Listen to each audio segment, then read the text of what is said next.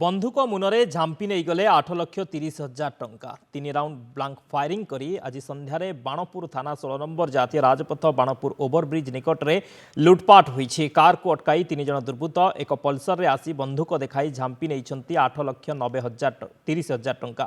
तेबे लुटेरा माने टंका को नहीं खोर्धा अभिमुखे फेरार मारिथिबा जणा पड़िछि। टंका नहीं आसुले घटना एमती है तेणु कौन कर केते टंका आपनर कहीपर स्टाफ तो आईएस आड्रेस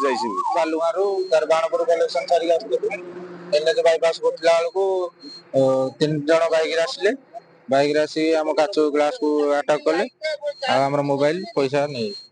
एनएच गोटला गाड़ी स्लो था गोटे पिकअप आगे स्लो कला पिकअप पचर मुझे स्लो कला बेलू से 3 जन आगे जड़े आगे जगिला आउ जड़े मो साइड ग्लास को बाड़ी भांगी मो बेक को धरदेला गाड़ी चाबी छड़े मोबाइल पैसा सब नहीं।